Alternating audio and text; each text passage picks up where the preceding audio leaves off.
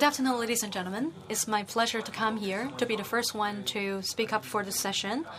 So based on the topic, I have prepared a 5-page slides. I'm going to finish my topic in 3 minutes. So first, something about Greenland, my company. So today I'm going to talk about the top global company of high-rise building development.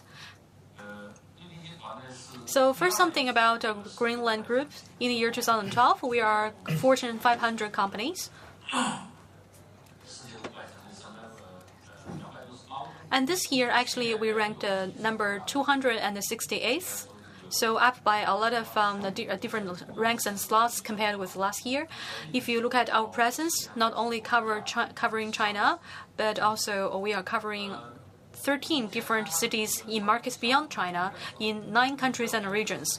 So you can see that we have 20 flagship huge towers. You can see that if you define the super tall tower as a tower over 200 meters high, we have 50 buildings. And in Korea, we have a Dream building, which is about 250, and in Australia, 240 meters high.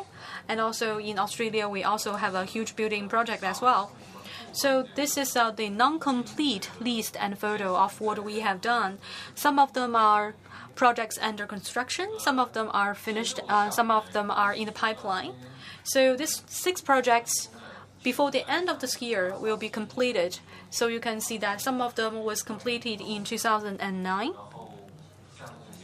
So, and also we have Millennium Plaza, which is already finished as well. So, which is the tallest building locally, and also the White Cloud Center, which is 200 meters high. It's named after the name of the region, Baiyun District, like a White Cloud region in Guangzhou. And also we have Zifeng Tower in Nanchang, which is a mixed use, hotels and also office buildings, which is 283 meters tall, and also another one in Jinan and in Nanjing. We know that these 3 projects will be delivered before the end of this year. That is to say that before the end of this year, roughly we have 7 super tower projects, plus 6 projects. No matter if you look at the volume of our growth and volume in the pipeline, we are one of the biggest real estate developers in the world. So let me give you a brief summary of what we do. Our vision is to develop an integrated, sustainable and green future for the whole world. So we started to lay out our strategy and blueprint 10 years back. Roughly by now that actually we are taking a strategic leadership. We're trying to make the transformation from leading in a tactical way to leading in a strategic way.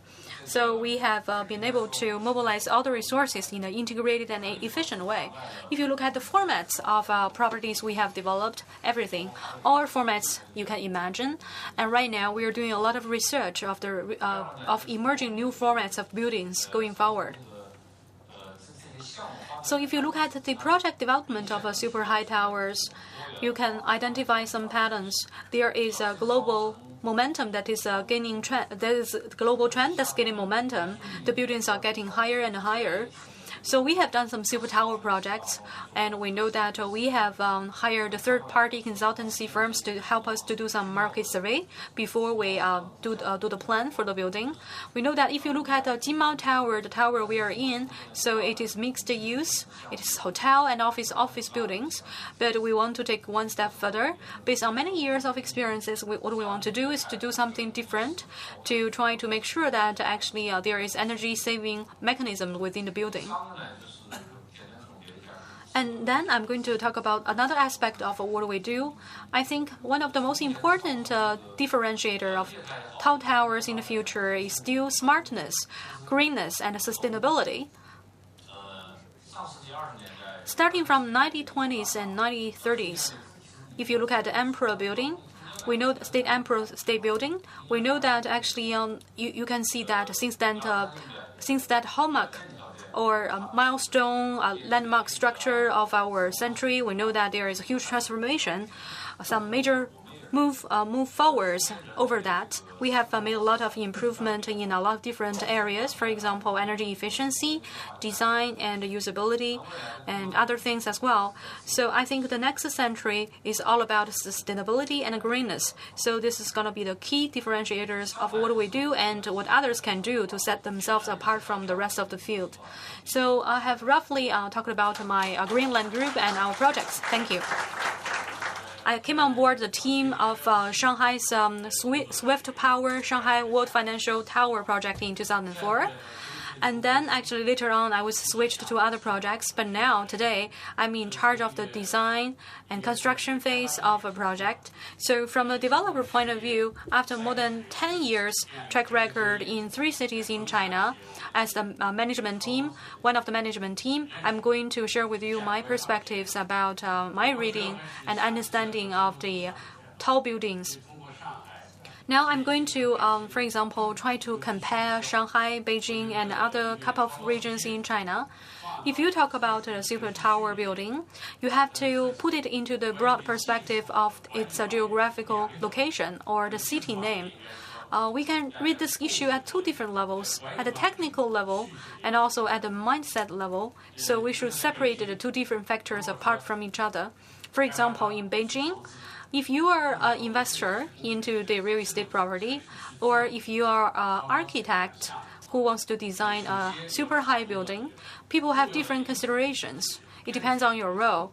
But everyone has to think about the policy issues in Beijing, because Beijing is a political center of China, so we have to bear in mind the specific requirements locally.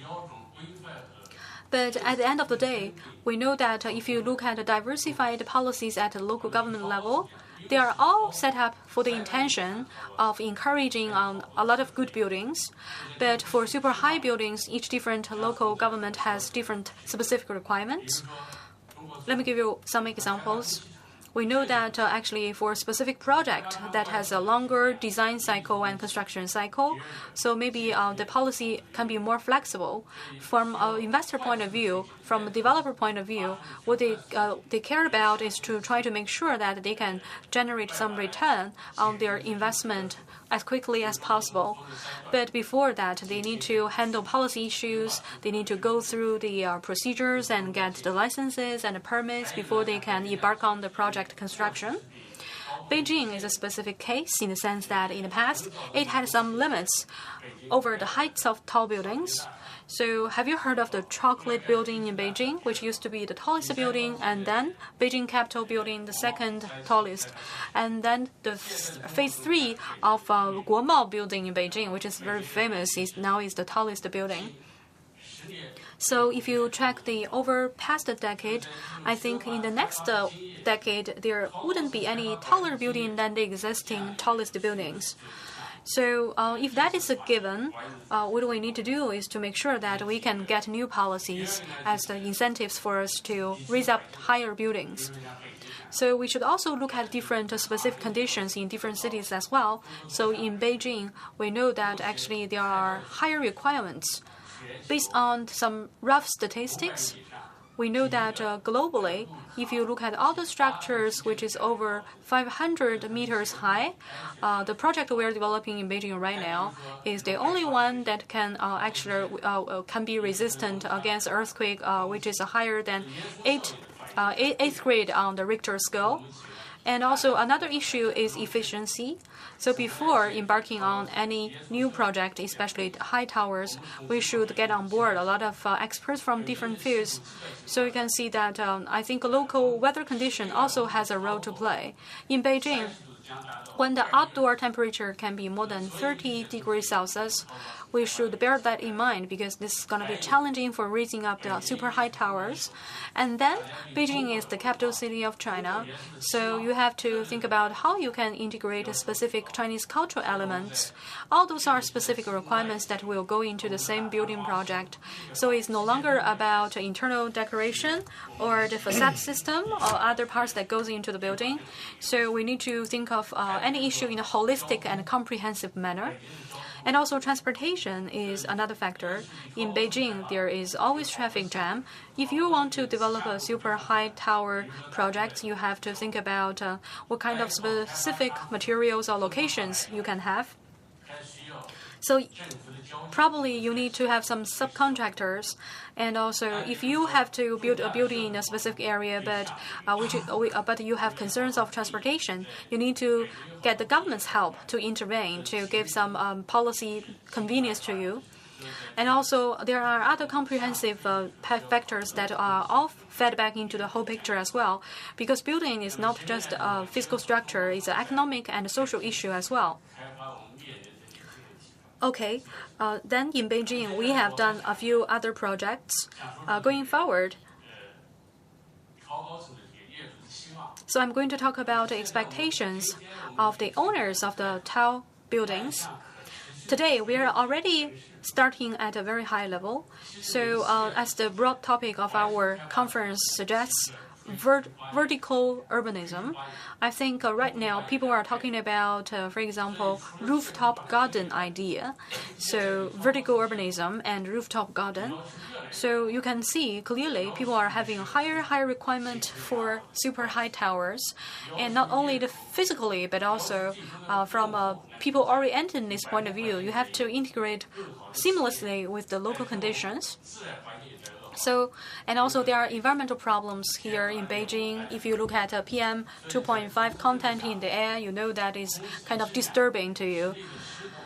And also, what about the requirement for internal moisture and other metrics and parameters? These are all difficult issues for us to handle. We need to become compliant with all those metrics. So I hope that going forward, China's new projects can also bring new surprises to the world and to our group as well. We also hope that our group's new projects can be sustainable and can give back to society. So that's why in the process of developing the projects, we have incorporated two ideas. The first one is a life cycle concept. We hope that the design, construction, operation, maintenance, usage process can be viewed along the vein of a total life cycle. So it starts from the design phase initially and goes through all the construction and the later stages to come. The second one is sustainable ROI. We know that whether a project can be viable depends on its ROI, but we have to balance that with greenness as well. To enable that to happen, we have to control the timeline. That is to say, we are doing a balancing act in the sense that, on the one hand, we can ensure the vision of the architect can be realized. On the other hand, this project can be profitable. Thank you. Good afternoon, ladies and gentlemen. First of all, I would like to tell you something about myself. I work for Broad Group. And if you look at the company I work for, we are one of the subsidiary company under the broad umbrella of Broad Group. It's called the Tiangong Investment Company. I'm heading this company. This investment company is called the Sky City Project. Right now, we can design theoretically as high as 720 meters with 200 stories, and the total height actually can be as high as 838 meters. So talking about super high structure, we know that in this area, maybe you haven't heard of our name because Broad Group started to become famous and rise to the world arena by being a machinery manufacturer. So in our genes and DNAs, we have the idea of sustainability of any project. So if you look at the Broad Group project, we want to make sure that we embrace sustainable building idea. So that's why actually we register a company with a name related to sustainability, which is quite echoing the topic of this conference. So to begin with, I'm going to try to clarify a few points to give you a better sense. We are still experimenting with the tall towers and buildings. There is no well-trodden way. So for us, in terms of the earthquake resistance, metrics, we are already meeting the national standards and get the approval from China, but there are still some areas we're not familiar with. So I hope that this can generate your interest on the one hand and can solicit your feedback in the other hand. For example, in the Sky City project, we are supposed to have 30,000 people, so with a land area of 60,000 square meters. So how are we going to maximize the usable and available space for people? That's the concern and the most important issue for us. And in addition to that, we should think about how can we use the most user-friendly technologies to move towards the ultimate target. And another special tricky part is as follows. How do we control the cost? How can we do it in a cost-efficient way, in the most speedy way, so we can not only control the timeline, but also finish a whole building of 1.3 million square meters before the deadline. So this is a tall order for us. It's not as easy as it looks like. So we have made 3 steps that sets ourselves apart from the traditional approach of building tall towers. So our design is done like designing an aircraft. So the production is like the production of an automobile, and assembly is done like, for example, putting different blocks together. So the first major step is the design phase. So think about, please try to draw some parallels between designing a tall building with designing aircraft. We want to use light materials, highly safety materials, very comfortable and also very user-friendly. And then during the production phase, we want to make it like automobile production. Right now, we have 21 different categories of assembly line to the number of 58. 21 different categories, 58 in total. Let me give you one example. If you look at different parts we use in the materials we use in the building, we try to pre-press the materials, and also we use a lot of rebars and concrete and set up the structures and the framing system, and we use a semi-automatic way to set up all the piping system and to try to erect the system with the concrete. And all those things can be done on site in the plant, so it's modularized way, like the car manufacturing. The other way is like assembly of different blocks. I'm not sure, actually, you have watched the video in the morning session. If you visit on site, it's quite like putting one block on top of another. So it's like a Lego game. So we can see that for the Sky City project, it's a huge project, but the same idea is replicable in a small building of just 3 stories. As a matter of fact, and we just want to convey different messages to the general public by building such a skyscraper. The first message we would like to convey is, we believe that buildings should be designed and constructed in a way of mass production, such as in a factory. And second, we should use more steel and less concrete in the building, because we believe steel has a better performance and in the systematic resistance in the environment. In addition, we want to reduce the generation of the trash. And instead, we want to leave a more recyclable material to the next generation and after. In addition, another message is, what I want to tell you is, we use the single and glazed glass. In addition, we also use our own cogen system etc. and to make sure that the whole building can save more than 60% of the energy compared with the conventional buildings. And we use our own heat recovery system. The rest of systems are available in the marketplace.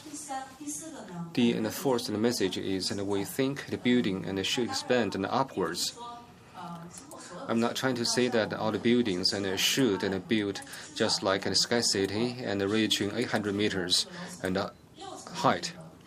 But what I want to say is, at least I think we should build like 60 floors of the buildings, and live more in land and to the nature,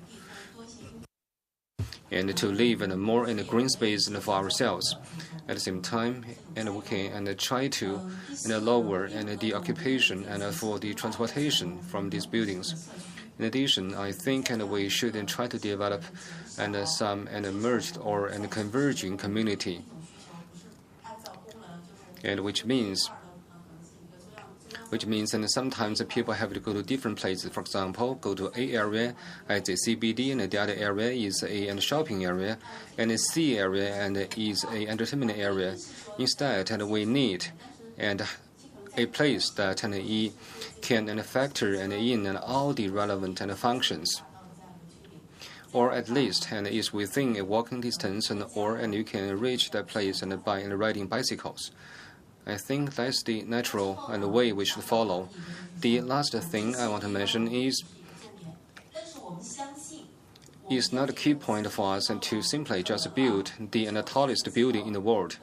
And maybe in the future and after it's constructed, and we are trying to make efforts to explore the background and to explore what is going on. And I think a lot of people will give us focus after Sky City is built. And we want to help you to consider more about the relationship or the interaction between the human and the nature. And that's the key message during our development. Thank you. Well, just now, we have heard the briefing from the panelists on their company and their company's vision, mission, etc. We believe these companies they have different locations and they use different ways. They have different missions, visions. But I believe they share one thing in common, that is on investment and return from the investment, or in other words, the economics of the investment on these buildings. So can you please shed some lights on this topic? So what's your insights on this question? Especially for Greenland company, they have investment in all the Tier 1, Tier 2, and Tier 3 cities all over China. And for example, you have one project in Beijing. It's very difficult to get the sanction from the government in Beijing to build such a skyscraper. I believe there must be some requirement from the government in terms of the historical or political requirement. And for a broad group, I think you are exploring something really new, like a kind of experimental activity. And how can we make the city more vertical and more efficient? And that's a question to us. In the past, we thought it was only a fantastic idea, but now we want to make it realized. And so I believe you're facing a lot of challenges. So next. So maybe you can talk about your thoughts on my question. Well, Mr. Zhang, I think that's a very important question.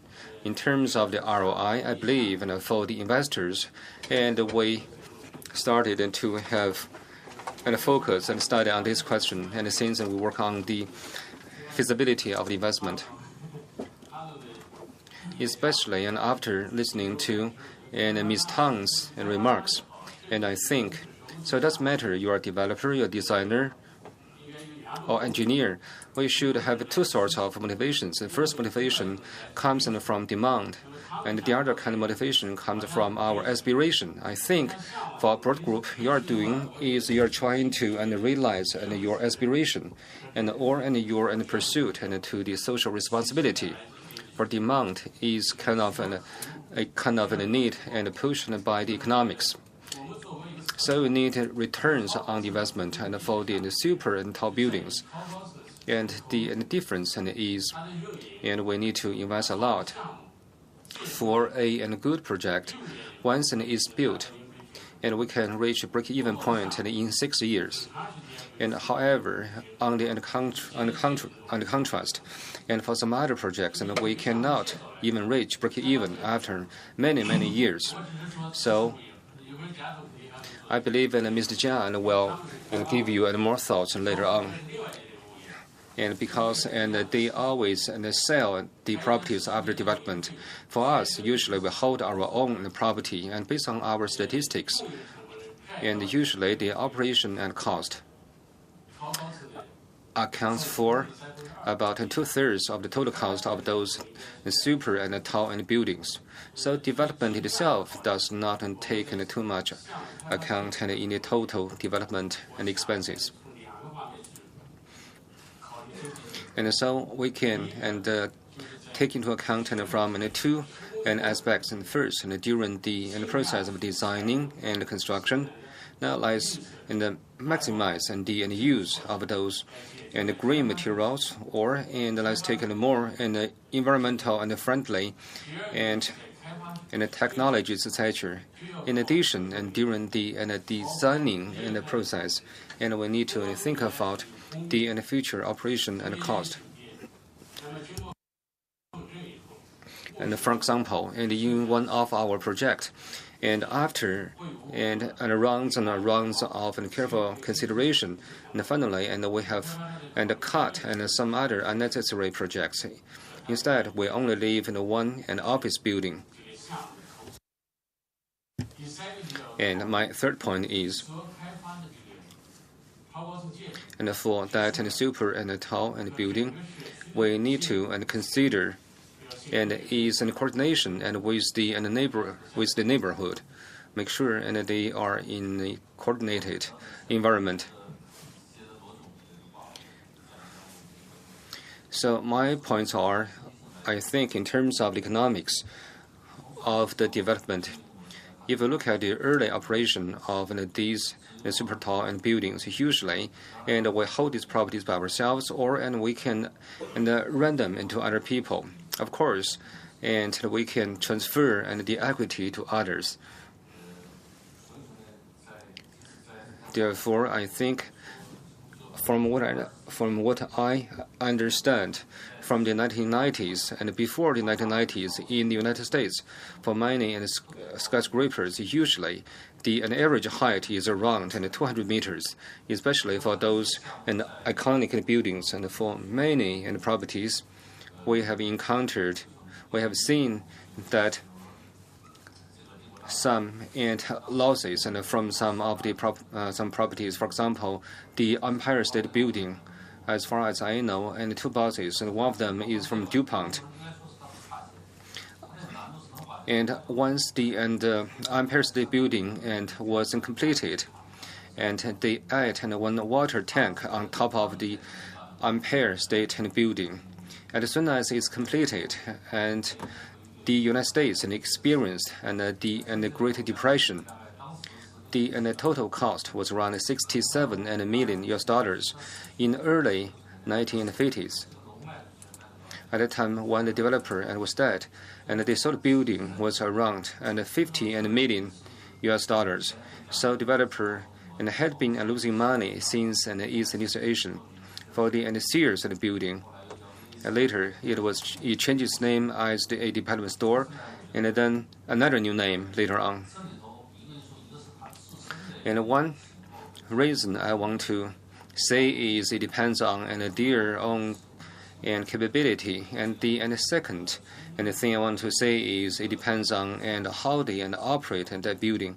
And I can give one example. For Greenland Group, we once operate one property which has an estimated cost around 3 billion RMB. At the time, our total cost of the whole group is around 7 or 8 billion RMB. So, I believe this is a very critical project which may drag us into a dead end. So we basically use a similar operation model as the Dubai Tower. So let's say, if they can sell more commodities, and the market is good, then they can make money. So we hold the equity of the hotel and the apartment, and we sell and the rest part, that is the office building. I think this new model and has become a popular and business pattern today. So maybe we just have different ratio on how much you have sold and on how much equity you're holding. It varies and depends on your situation. So this would help us not to put all the eggs in one basket. Another way, we just try to mitigate our risks in different portfolios. So this is one trend for the investment in this industry. Anyway, you can get some premium from the investment on these super tall buildings.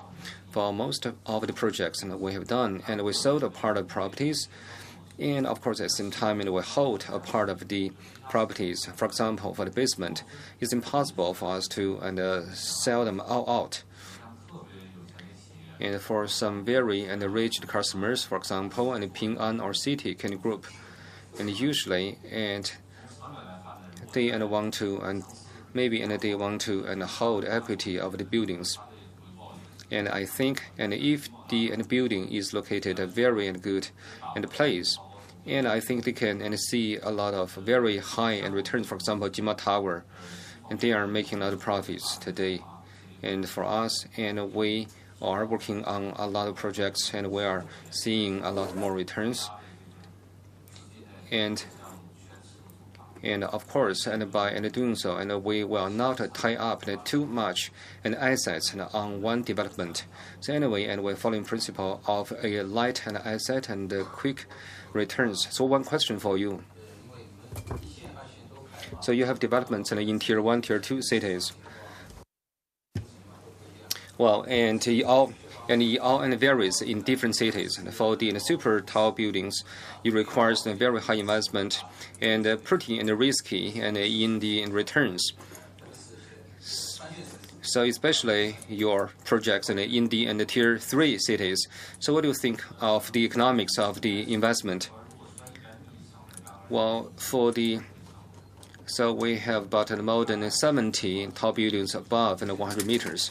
We don't have many projects in Tier 1 cities.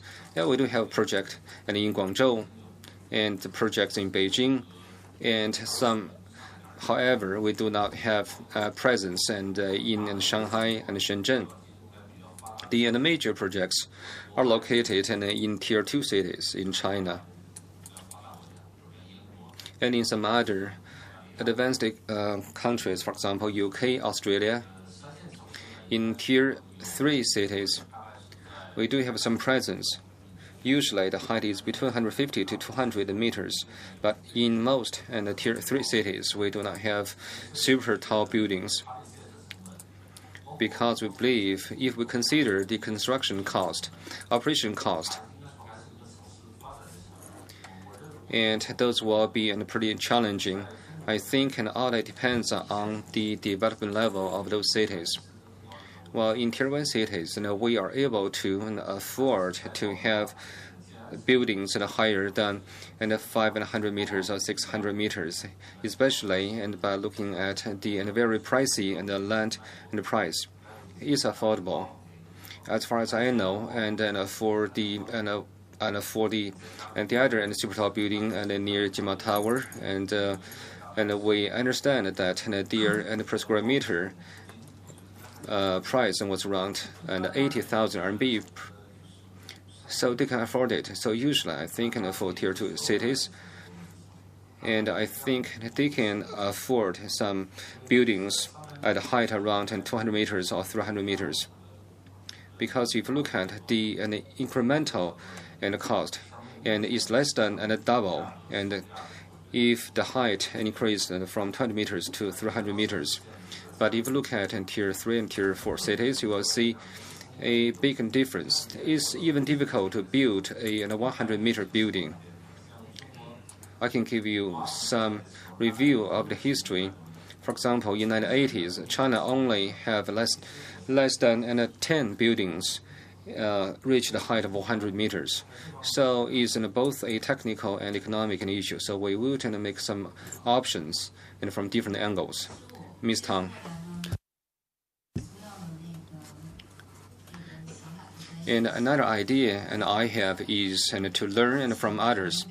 I think you have worked in this industry and for a longer time than I do. So, the reason we promoted our technology is because we couldn't find ideal supplier or vendor for us, so we have to do things by ourselves.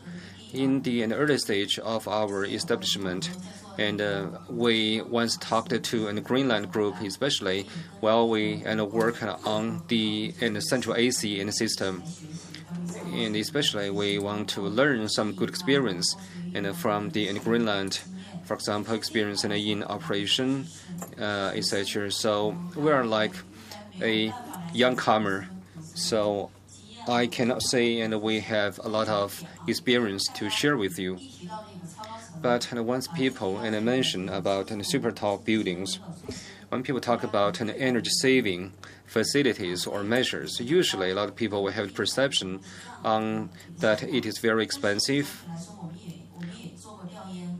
And based on our survey, of course, we retain some third party on the survey, and we have about 11 super tall buildings in China, and which we worked on their analysis.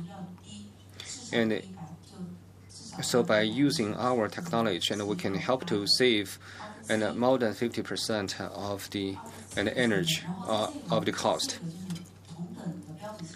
So under the same standard, if we can adopt all the possible energy and saving technologies, and we can even achieve more.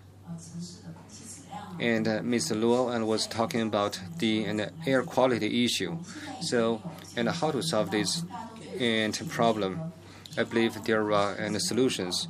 A lot of people may think it's very costly to solve the issue of PM 2.5. So what we're trying to do is we want to use a lower than conventional cost in the solution. For example, our new air system and the heat recovery system, which can realize the 100% new air delivery in the system, which can solve 99% of the PM 2.5 and pollution issue. And so from this angle, we believe that our building is affordable. So at least from developer point of view, I think it makes economic sense for us to do that. We can make sure that actually we can balance green sustainability. At the same time, we can make some profit. So into the financing and operational stage, what we want to do is try to get on board experts from their professional views so that we can get a lot of valuable advices. For example, some consultancy firms and also fund companies, maybe if we're not good at it, we can outsource and contract this part out to the third-party providers. So we are still experimenting with different ways through trials and errors. We also know that in Changsha is at the maximum, the second-tier city in China. We are not sure how much more potentials it has. We're still trying to learn more locally. If you look at the usage of the buildings, whether are we going to rent it out or we are going to sell it, we haven't figured out the fixed model yet. So we are still scaling our learning curve there locally in Changsha, but we are getting well prepared for that, I think. Now, thank you very much. Now we are open to the floor. If you have any questions, you may feel free to ask the questions. So today we have here today with us 3 general managers representing each of their companies. Each can bring their own specific perspective. Now we open to questions to the floor. There is a controversial issue In Chicago meeting, CTBUH Chicago meeting last year, we know that actually Mr. Zhang from Broad Group got an award. So I want to ask you to disclose something more details about the Sky City project in addition to the Changsha project. What about the heights you have in mind, and what about other details in the pipeline? Can you share more details? Right now in Changsha, we are doing an apartment project, which is about 200 meters high. But we are not starting the construction yet, not in the construction phase yet. But strictly speaking, it's already we finished building the first 20th floor, but we put the project on a halt. It's because we are waiting the official approval, because unfortunately our building site was part of the transportation route of China's civil aviation.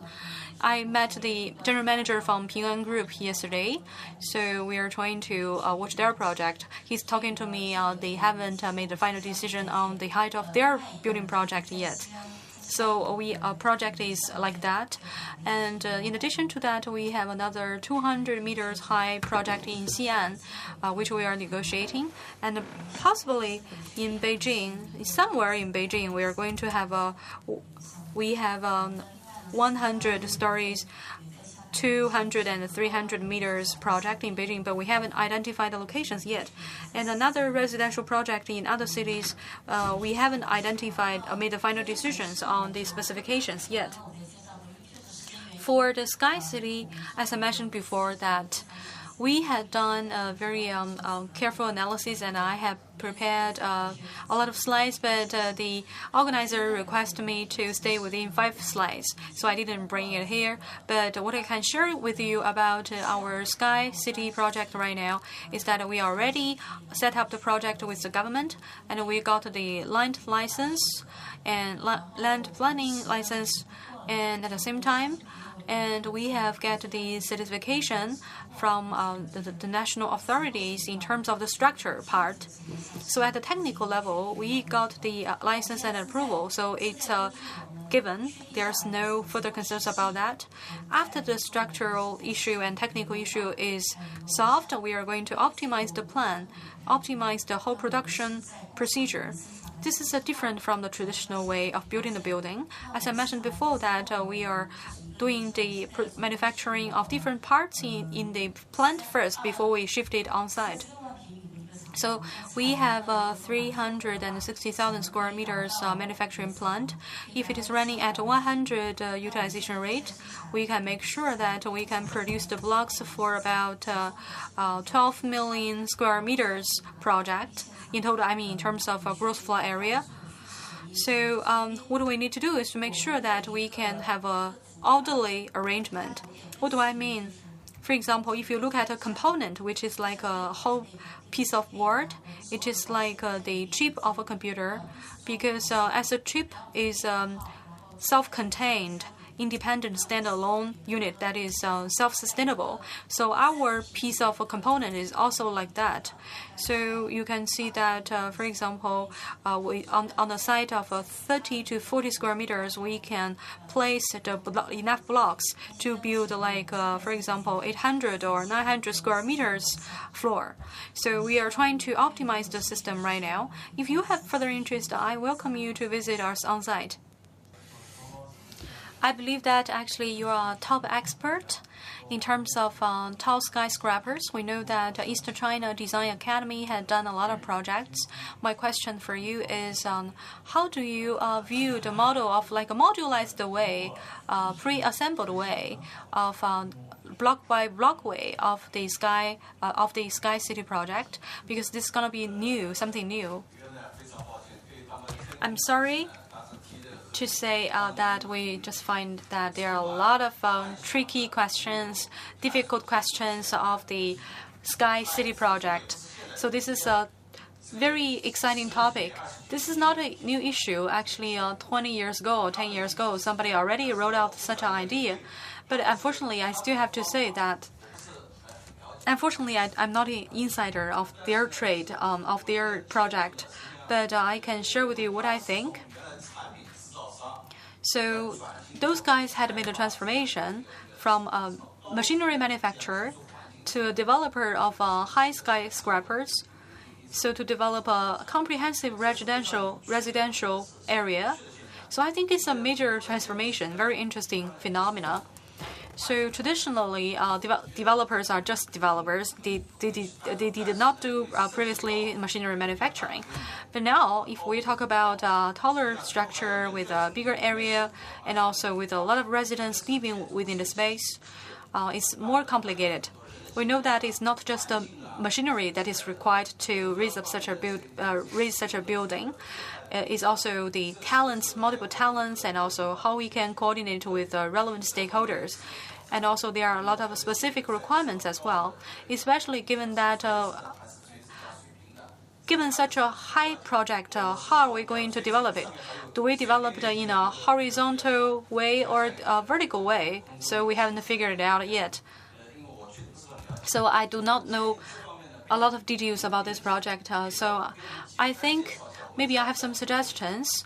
Maybe you can give us more introduction before we can have further interaction. So just like Zhang, which has been mentioned this morning, back in the 1980s, we knew that actually construction just started back then.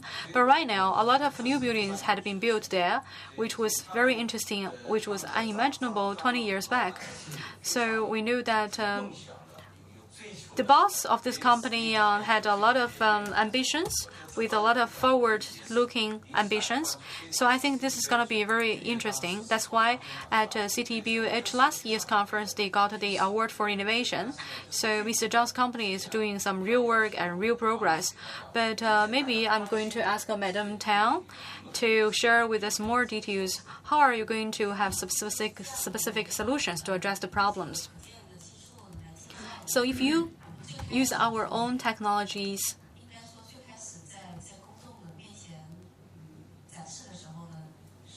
you have to think in the following ways. The first public debut of our project or any debut of our concept design idea of the building is in Shanghai Exhibition Center. So initially, we are thinking about a different structure, but we knew that the technology is fastly moving forward. So from a structural point of view, I have to say I'm not a structural expert. I'm afraid I may, for example, may not be in a good position to say structural issues, but we would like to say thank you very much from East China Design Academy, because they have given us a lot of valuable suggestions and ideas. So for steel structure, for the project, we have a vertical structure, which is very viable and efficient, but it's still different from the traditional structure in the sense that if you look at the main plate, so it's prefabricated. But it's different from the traditional ways. It's not just a one block, one plate by plate. So it sets up a hollow space in which we can lay out the piping system in a prefabricated and pre-set up way. So that's why I mentioned that it's quite like car manufacturing. So after the manufacturing different components, we try to leave some space to lay out the piping system, and then we are doing the installment. We just need to plug it in. That's all. So that we can make sure that the quality of the whole project can be accurate. The quality can be top, as accurate as a manufacturing of machinery. For example, if you're going to have a huge board with 120 meters length, we know that for example, the error rate is less than 0.05%. And how are those main plates connected with each other? So probably you can imagine that you know that one block by block, how are you going to connect them in a very good way? And we have given a lot of thought into that issue.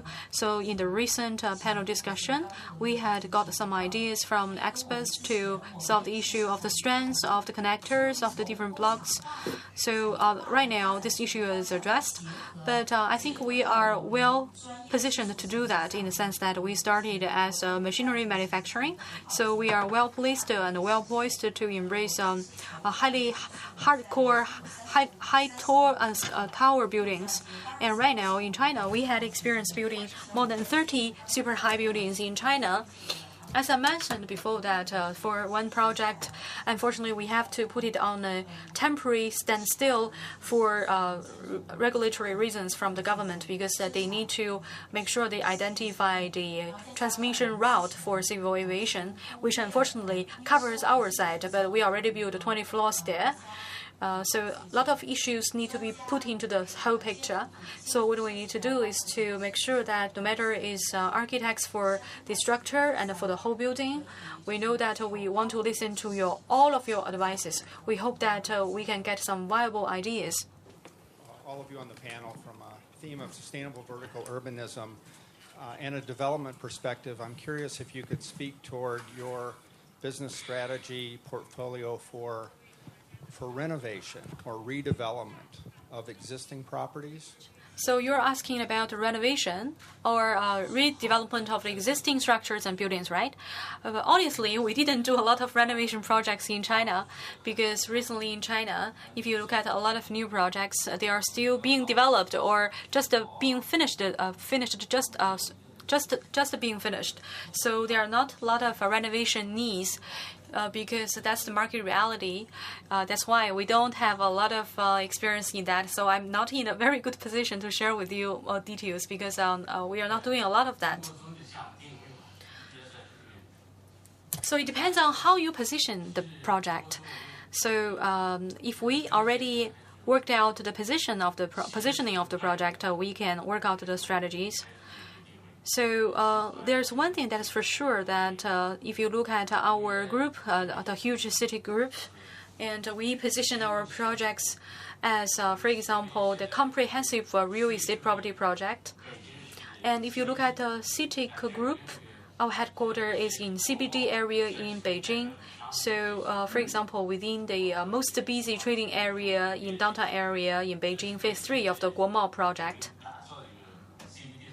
So our headquarters is in the CBD down center of Beijing.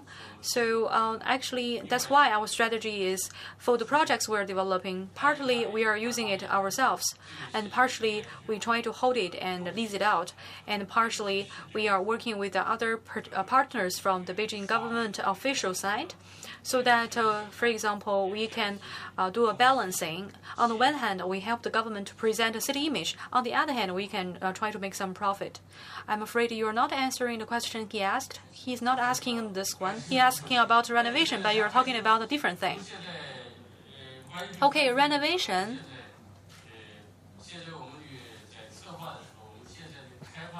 In the planning stage, our development team will continue to oversee the whole project when it is into the operational or maintenance stage. So the team which were initially involved into the project will have oversight throughout the life cycle of the building. So life cycle is the new concept I really like. So a lot of people are talking about the design plan and program, but I think we have to put that into the broad perspective of total life cycle. Of course, there are different stakeholders involved. So construction team may have some conflicting interests with a design team or something else, things like that. So actually, this is a transactional cost in between the process. That is to say that we need to find a further coordination across the different teams, across different stages of construction.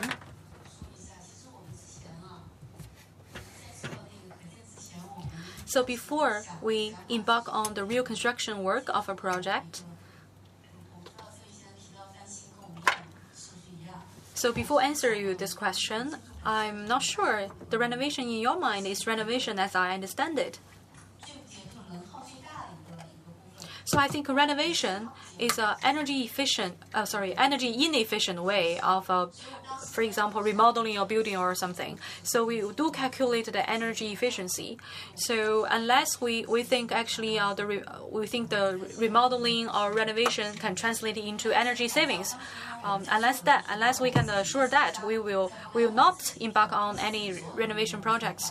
In Changsha, for our own projects, we have done a lot of remodeling or energy remodeling, energy efficiency improvement of the existing structures for all our properties. Within just 2 to 3 years, we can reap all the return on investment into energy remodeling.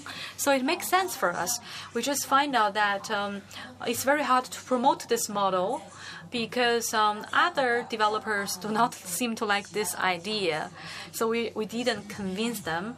But the idea started when we found that there are some inertia or resistance from the field. That's why we want to start from our own properties, and we make it. We are successful. And we are still trying to do some remodeling of the old buildings, but our focus is on improving its energy performance. And under our group, we have an energy company, energy subsidiary.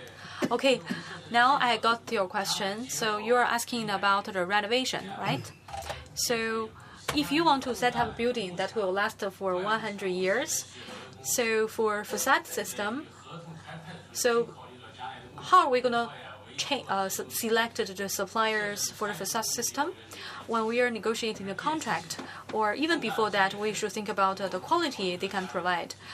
And also the same is true with the elevator providers and vendors. So generally speaking, I'm not sure if I answer your question. Sorry, I'm not sure if I agree with you totally. So think about it. We know that sometimes without finishing a project, maybe the investors already go bankrupt or something else happened. So I think it's not as simple as that. From my personal perspective, as long as the building can operate in a very good way, can break even and make some money, I believe it makes sense for people to think about a renovation or putting more investment into the building.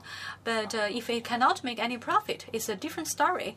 If it is constantly losing money for the investors, maybe nobody will think about renovating that. Okay, let me give you one example to give you a better sense. The Jinmao Tower we are in right now, we had done some prior communications before this, but I just want to point out that some individual vendors have a monopoly. That's why we knew that, so initially during the design, so it was not designed with the mindset of sustainability or remodeling or renovation in the future. So currently you cannot change some of the parts because either it will be very expensive or it's not possible. So the problem lies in the initial design of the building. As Mr. Jia just now mentioned that if a project went bankrupt, because one of the investors went bankrupt, what are we going to do? So we need to have some preventive measures. So we are going to make sure that we are going to have the solid partner with a long-term proven track record and good reputation. So if the scenario laid out by Mr. Jia happens, it's an exception. It requires exceptional solution. Do you have zoning incentives in China? Let's say you introduce sustainability, green features in your building. Do you have a zoning bonus, like additional floor area ratio? Or let's say in the ground floor, you give up some part of the ground floor public art or this social community uses within your building. Do you have an increase in zoning, plot ratio, floor area ratio, or building height? Zoning incentives for giving up for the community, part of the building or part of the property.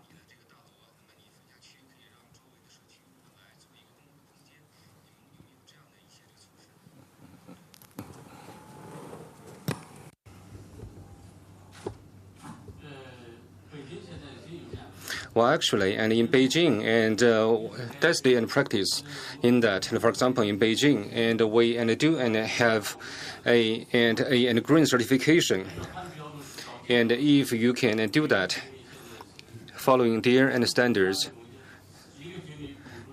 And for example, the government will give you 40 RMB and as one subsidy. For example, you're talking about the zoning. And right now in Beijing, and we are not working on the zonings. And based on what I've seen, and in New York, and for example, in the Bank of America, they do have some zoning and area for the public, but in Beijing, no, we don't have that. Well, in China, I think in terms of the sustainable and green building in China, and we're quite different from our peers in foreign countries. The government is trying to promoting different measures. For example, the government will give some subsidies or incentives to the developers, and including the accreditation from the green system. But sometimes, when people talking about a very green building, but as a matter of fact, they are not energy saving. So the issue is, and how can we make the best use of some technology? So it depends on different factors. For example, construction, operation, etc. And it needs more coordination from the different industries. So we are going through a good direction, but we are not seeing that in ways, and so a lot of people are not working on the green accreditation. So some of the technology are not mature. Let me say one more thing. In Beijing have a trash disposal system. The government is giving some cities on that too. And in addition, in the second ring road area, and the government and developers are paying for the night lighting.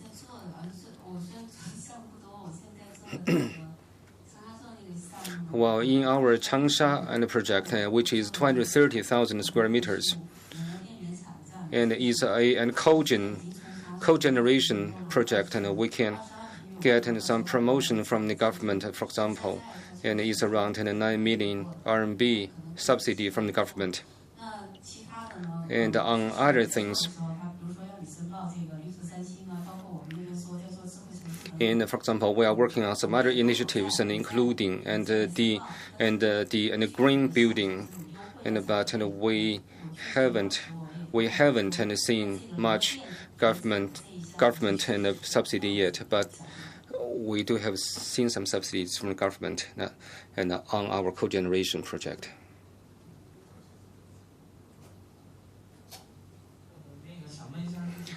One question for you. My question goes to Mr. Jia. For Greenland, and not only you're building super and high buildings in China, but also you're building super tall buildings in London and Australia.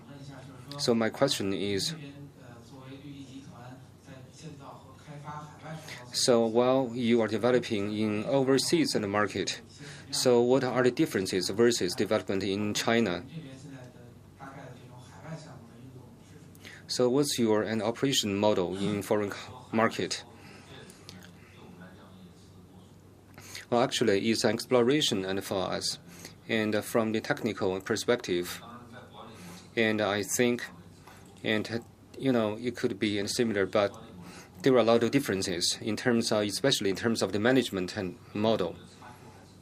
It's very different, especially the government accreditation to the buildings, and the approval and the process, checking the boxes and go through the government and formalities.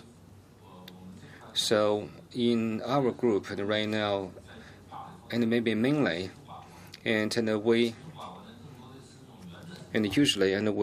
mainly look at the principles. For example, we are developing in the UK, and talking about the parking lot. In some cities in China, usually, we have a 1-to-1 ratio or even a 1-to-2 ratio, but in UK it's different. Well, and in UK, and the development is really different. They have a limit and on the maximum and the parking lot you could have, which is very different from China, because maybe London and they just want to control the traffic, or inside London, and in some other cities it's also different. And for example, in another city's development, and in one project, and we are allowed to have a lot of parking spaces. So I think we need to follow the local demand. So there is no big difference in terms of the technology. In China, usually developer controls everything, and from the land and the buying to operation to everything. But in foreign countries, and they have different parties working on different steps.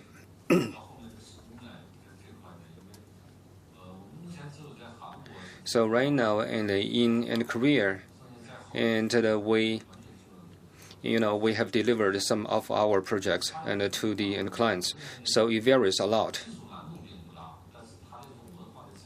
But there are a lot of cultural differences. And it's important for us to get adapted in some local market.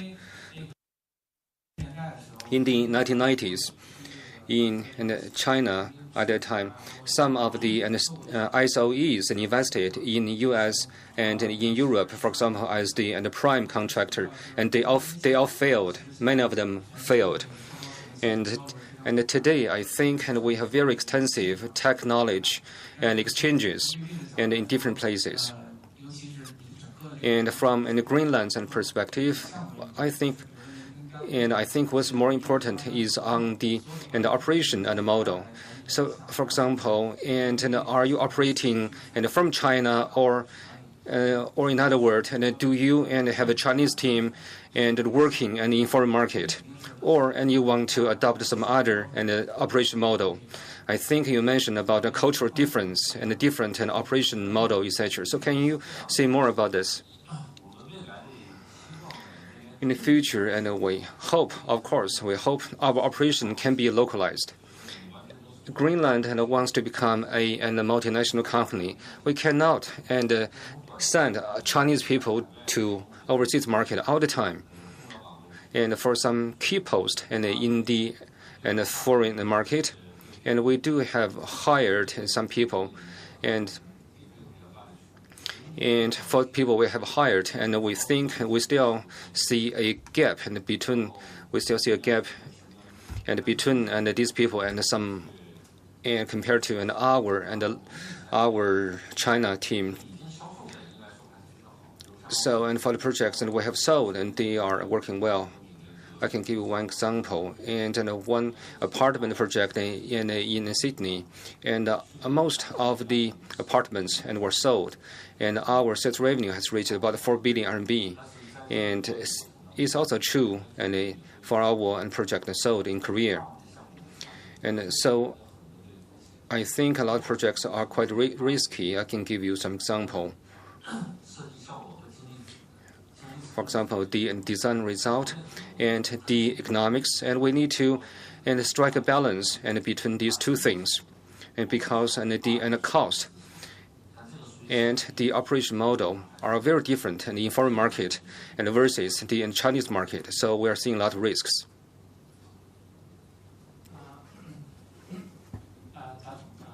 Mr. Zhang. And so actually, I worked on your project in UK. You were talking about the parking lot issue. And my question is, while you're working on the development of the super high-end buildings in China, so for the neighborhoods, for the environment, so have you ever considered about these issues? Because talking about the UK project,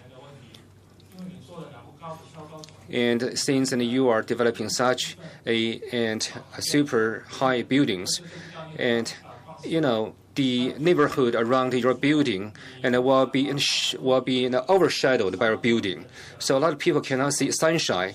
So, and what do you think of the impact between your super high building to the environment and to the neighborhood?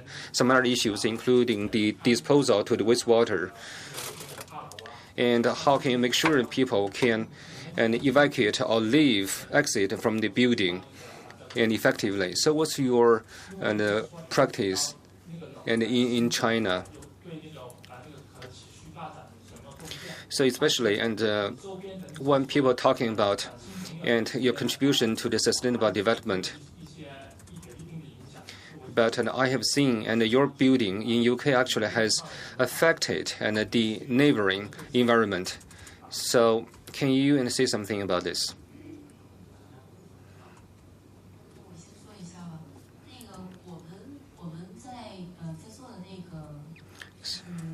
So let me say a few words first. Usually in the project location,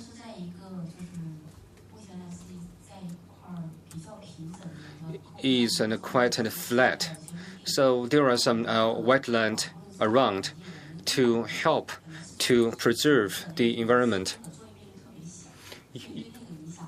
Since we are using a assembly and a model, so it does not affect the environment very much.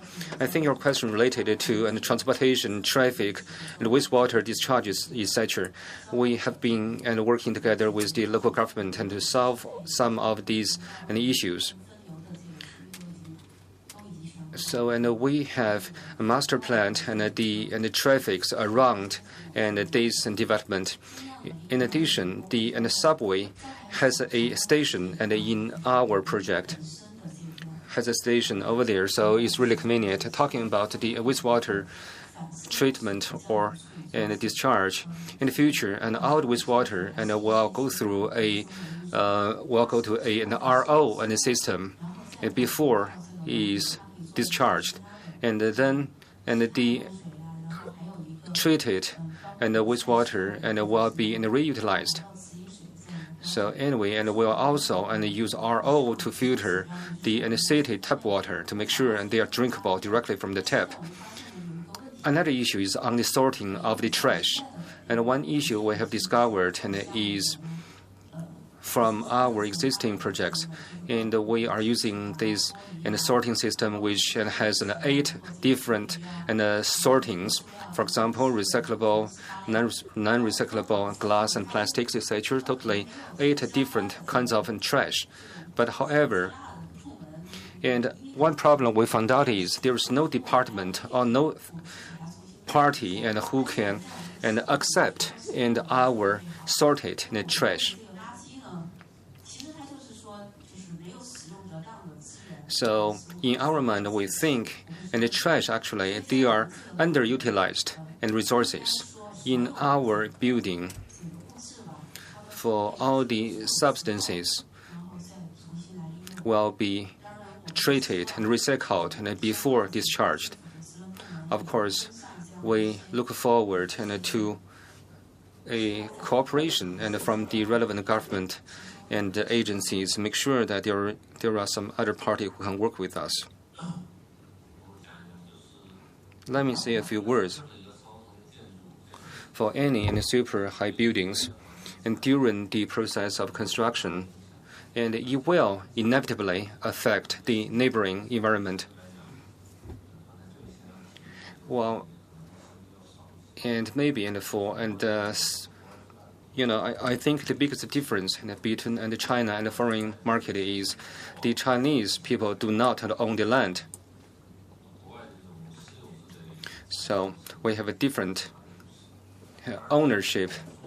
And so in China, usually it's easy to relocate the people who live in the area.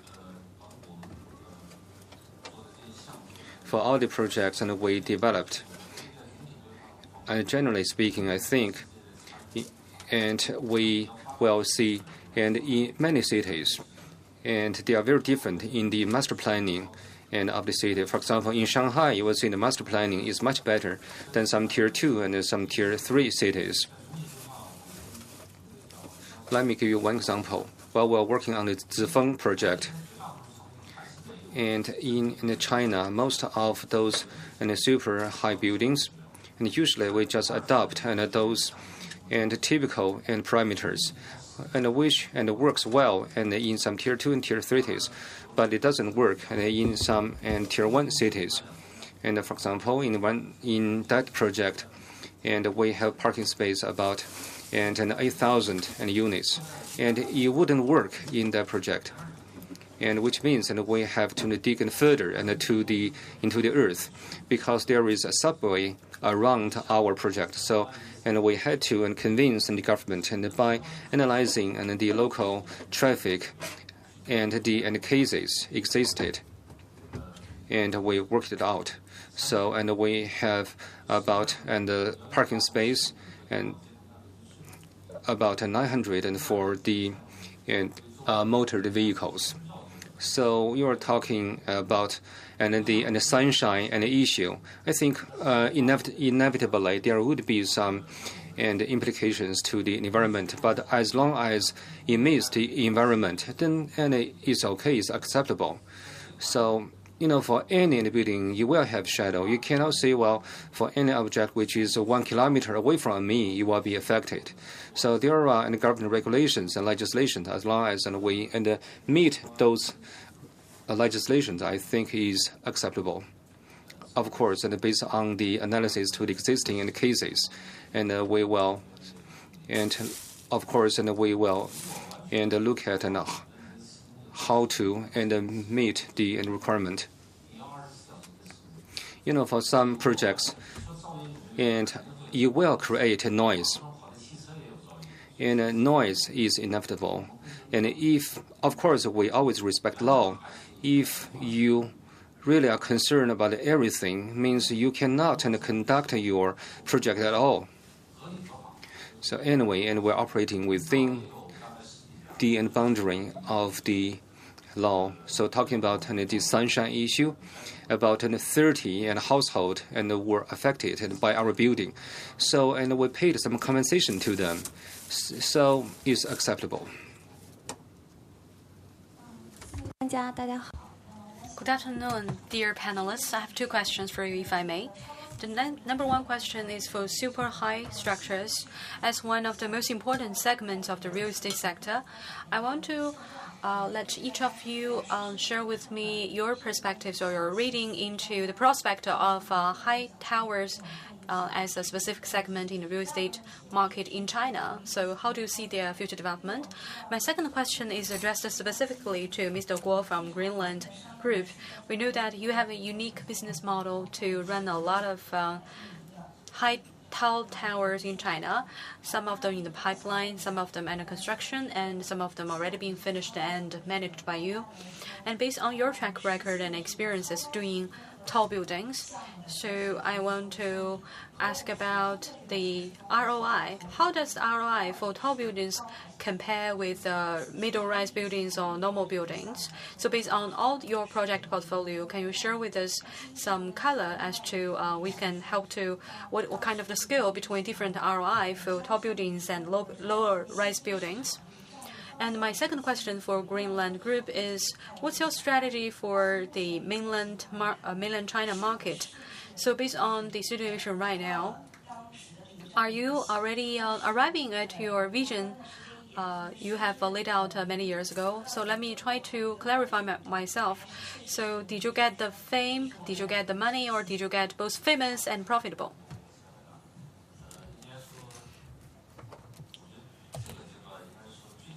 Okay, let me answer this question first. Recently in China, there is a peak time and booming time for tall buildings in China, but I'm not sure whether that's sustainable going forward. Right now, if you look at buildings between 500 to 800 meters, usually they are in the top-tier cities, but going forward, I don't think there's going to be as strong momentum as before. So it's only a temporary phenomenon for the certain stage. But I think for 200-meter to 300-meter high buildings, I think there is enormous upside room for their further expansion and growth, because you can find it in lower-tier cities as well. From Greenland, so for the current stage, we are both famous and profitable. For the current stage, as things stand now, if you have a comprehensive cost analysis, you find out that for super high buildings, the cost will be very high. I think the benchmark and the threshold should be 300 meters, and above that, if you're arriving at 400 meters and 500 meters, so the cost will be higher and higher. But at the end of the day, for the tall buildings, which are only 100 and 150 meters, so if there is a lot of areas under the ground with a lot of complicated structures, so its cost sometimes is close to tall buildings. So the above ground part and underground part. So and also it's related to your management skills. How do you maintain it, and how the building is designed, whether it's complicated for maintenance or not. So we cannot generalize. Okay, I'm going to cover the last 2 minutes. In different cities in China, you can see that initially a lot of investment went into super high tower buildings. And recently, some of the buildings already are being sold into the market. And going forward, we know that there is still downturn for the real estate sector. So for the buildings which were built several years ago, those buildings are being sold right now. What about going forward? Maybe people are going to stay on the cautious side before they engage in any new tall building projects. Maybe there will be some projects which are super high here and there, but I'm not sure there will be in big number or in a cluster. But in the second-tier cities and third-tier cities, people are going to stay on the more precautious side. It's because they are caught in the between, because they are faced with limited land resources. So the only frontier you can hope to branch into seems to be the waterfront or for example, the beaches. So that's my personal judgment and perspectives. Okay, in one single word, so I think there will be the transformation from emotional decision-making to sensible decision-making.